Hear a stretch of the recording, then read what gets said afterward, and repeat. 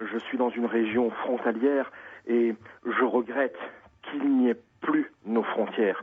Malheureusement, il faut aussi avoir ce type de discours-là. Ça ne peut plus continuer comme ça. Un jour, il va arriver quoi?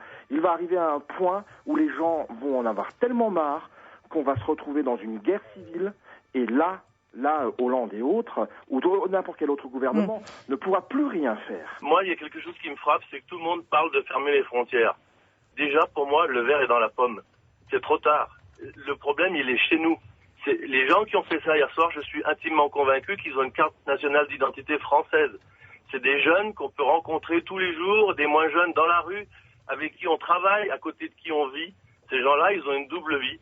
Donc moi, je suis intimement convaincu qu'on a 10 métros de retard. Ce qu'il faudrait vraiment, moi c'est mon point de vue, c'est remettre tous les postes frontières comme on avait avant, systématiquement, même le plus petit, pour éviter les passages d'armes.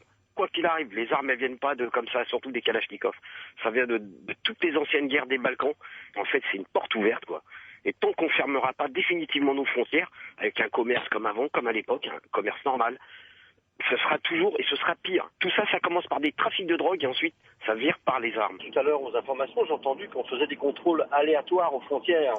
Donc moi, je pense qu'il faut faire des contrôles systématiques, non pas aléatoires. J'entends beaucoup trop de gens dire que c'est pas normal qu'on n'ait pas été protégé, c'est pas normal qu'il y ait plus de contrôle de police, etc.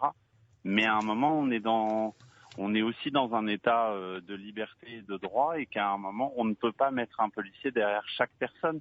À un moment, rentrer dans ce système de vouloir tout contrôler, très bien, c'est peut-être une solution, mais à ce moment-là, il faut aussi accepter de perdre une très grande part de liberté aussi.